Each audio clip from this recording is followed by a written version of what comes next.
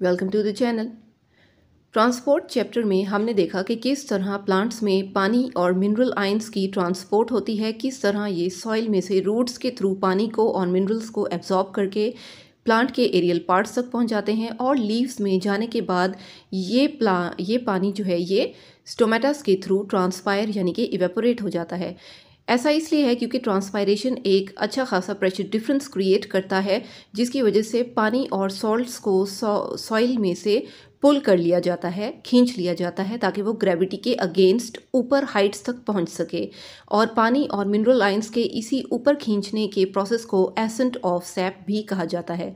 देखिए, हमने लीफ के स्ट्रक्चर में ये देखा कि जब लीफ में से पानी ट्रांसपायर हो रहा होता है तो उसमें क्या होता है कि जो ये मेसोफिल सेल्स हैं, ये जो एलोंगेटेड सेल्स होते हैं, इनकी जो वाटर कंसंट्रेशन है वो गिर जाती है, कम हो जाती है। और जैसे ही ये कंसंट्रेशन कम होती है तो ऑस्मोसिस के थ्रू जो जाइलम है लीफ का, उस जाइलम में से मेसोफिल सेल्स के अंदर ये पानी जो है वो मूव कर जाता है। और जैसे ही एक पानी का मॉलिक्यूल जाइलम में से मेसोफिल की तरफ जाता है तो उसी तरह एक पुलिंग फोर्स क्रिएट हो जाती है, ठीक है, जो कि Aahista Aahista one by one करते करते करते पहले लीव्स में से स्टेम में, फिर स्टेम में से रूट के जाइलम तक पहुंच जाती है। और यही जो है पुलिंग फोर्स क्रिएट करती है कि किस तरह फिर सॉइल में से पानी ने रूट के अंदर जाइलम तक पहुंचना है, ठीक है। तो यानी वन बाय वन का ये एक स्टेप है कि एक एक करके मॉलिक्यूल बाहर की तरफ मूव करता है और उसी तरह एक एक मॉलिक्यूल अंदर की तरफ भी आता जाता है। तो यही जो एक फोर्स क्रिएट होती है, इसी को कोहेजन टेंशन थ्योरी में हम पढ़ेंगे।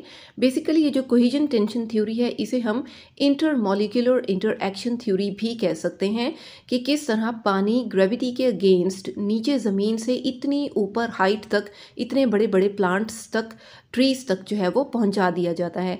इस थ्योरी को सबसे पहले डिक्सन और जॉली ने प्रपोज किया था और उन्होंने भी यही स्टेट किया था कि किस तरह कैपिलरी एक्शन के थ्रू या जो अंदर ही प्लांट में इंटरमॉलिक्यूलर फोर्सेस मौजूद हैं उसके थ्रू ट्रांसपायरेशन जो है वो की जाती है। देखिए, इस पर सबसे पहली जो रीज़न है कि किस वजह से ट्रांसपायरेशन पुल बनती है, कैसे पानी को ऊपर की तरफ खींचा जाता है, वो है जाइलम का अपना एक छोटा सा डायामीटर होना। देखिए, जाइलम का डायमीटर जितना छोटा होगा उतनी ही तेज़ी से पानी ऊपर की तरफ पुल किया जाएगा ट्रांसपायरेशन की हेल्प से, ठीक है। अब देखिए, स्ट्रॉ, आप 2 स्ट्रॉज ले लें, खुद ही एक्सपेरिमेंट करके देख लें। एक स्ट्रॉ कम डायमीटर का हो यानी थोड़ा पतला हो और एक स्ट्रॉ जो है वो ज़्यादा डायमीटर का हो, तो आपको किस में से पानी या जूस को सिप करना आसान होगा, बड़े डायमीटर वाले स्ट्रॉ में से या छोटे डायमीटर वाले स्ट्रॉ में से? ऑब्वियस है, जितना छोटा डायमीटर तो उतनी आसानी से या उतनी तेज़ी से पानी जो है वो सिप कर लिया जाएगा। तो इसी तरह ये जाइलम की ट्यूब भी होती है प्लांट्स के अंदर कि जैसे ही पानी को सॉइल में से एब्जॉर्ब किया जाता है और इसको जाइलम तक पहुंचाया जाता है, तो जाइलम के जितनी कम छोटी या जितनी कम डायमीटर होगी उतनी ही तेज़ी से पानी ऊपर की तरफ एरियल पार्ट्स की तरफ मूव करवा दिया जाएगा, ठीक है। तो जितना ब्रॉड डायमीटर होगा, जितना नैरो डायमीटर होगा, उतनी ही कम स्पीड होगी पानी की ऊपर की तरफ ट्रैवल करने की। तो ये तो हो गई पहली कंडीशन कि कैसे ट्रांसपायरेशन पुल बन रहा है। उसके बाद दूसरा जो पॉइंट इसमें आ जाता है क्यों ट्रांसपायरेशन पुल बनता है, वो है पानी के मॉलिक्यूल्स का एक दूसरे के साथ बॉन्ड करके रहना, जुड़ कर रहना। इसको कोहिजन कहते हैं। को मीन्स सेम, तो सेम मॉलिक्यूल्स का आपस में कोऑपरेट करना यानी कि कोहियर करना, जुड़ के रहना। देखिए, पानी के मॉलिक्यूल्स एक दूसरे के साथ हाइड्रोजन बॉन्ड्स के थ्रू जुड़े हुए होते हैं। ये आपने भी पढ़ा है, ऑक्सीजन पर पार्शियल नेगेटिव और हाइड्रोजन पर पार्शियल पॉजिटिव चार्जेस होते हैं, जिस वजह से इनके बीच में हाइड्रोजन बॉन्डिंग होती है।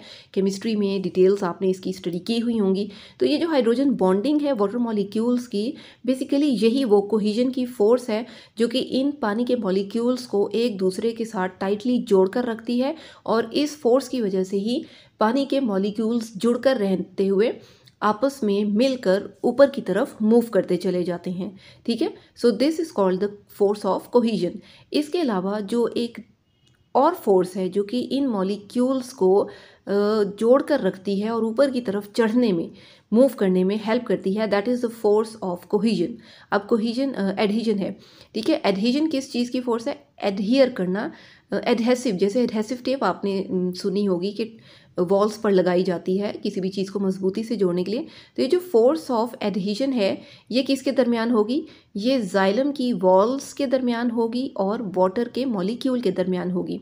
ठीक है, एक फोर्स तो है कोहिजन की फोर्स जो कि वाटर के मॉलिक्यूल्स में आपस में मौजूद है, लेकिन वो वाटर के मॉलिक्यूल्स जो कि जाइलम की वॉल के साथ टच कर रहे हैं, तो उन वाटर के मॉलिक्यूल्स की जाइलम की वॉल के साथ भी एक फोर्स डेवलप हो जाती है या एक कॉम्बिनेशन डेवलप हो जाता है जिसको कि एडहेजन कहा जाता है।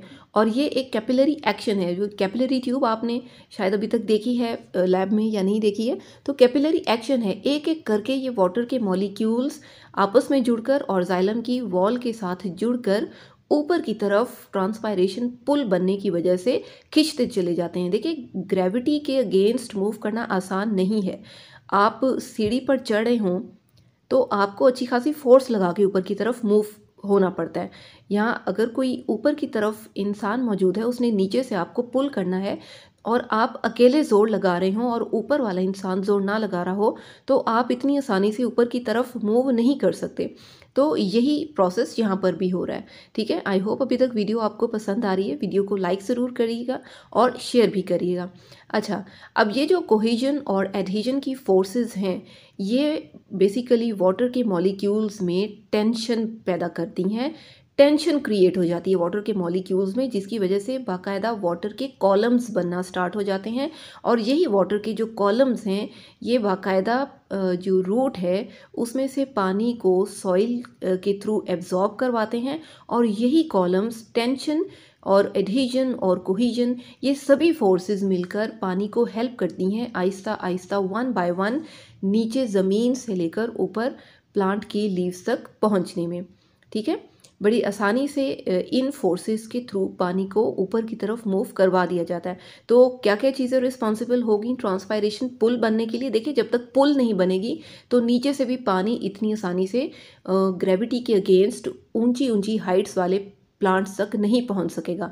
तो ये फोर्सेस कौन कौन सी हैं? एक तो है जाइलम का छोटा डायमीटर होना, दूसरा है वाटर के मॉलिक्यूल्स का एक दूसरे के साथ बॉन्ड अप होना यानी कि कोहिजन की फोर्स, तीसरा है जाइलम और वाटर के मॉलिक्यूल्स का एक दूसरे के साथ जुड़ना यानी कि एडहेजन की फोर्स। और ये कोहिजन, एडहेजन और स्मॉल डायमीटर मिलकर जो है वो पानी के मॉलिक्यूल्स के बीच में टेंशन क्रिएट करवाता है, जिसकी वजह से पानी के कॉलम्स बनते हैं और बड़ी आसानी से पानी जो है वो ऊपर की तरफ मूव कर जाता है। नेक्स्ट टॉपिक पर हम बात करेंगे कि प्रेशर फ्लो थ्योरी क्या होती है। तो तब तक के लिए आप चैनल को सब्सक्राइब कर लें ताकि जैसे ही न्यू वीडियोस आएँ तो वो आप तक पहुंच जाएं। Thank you for watching.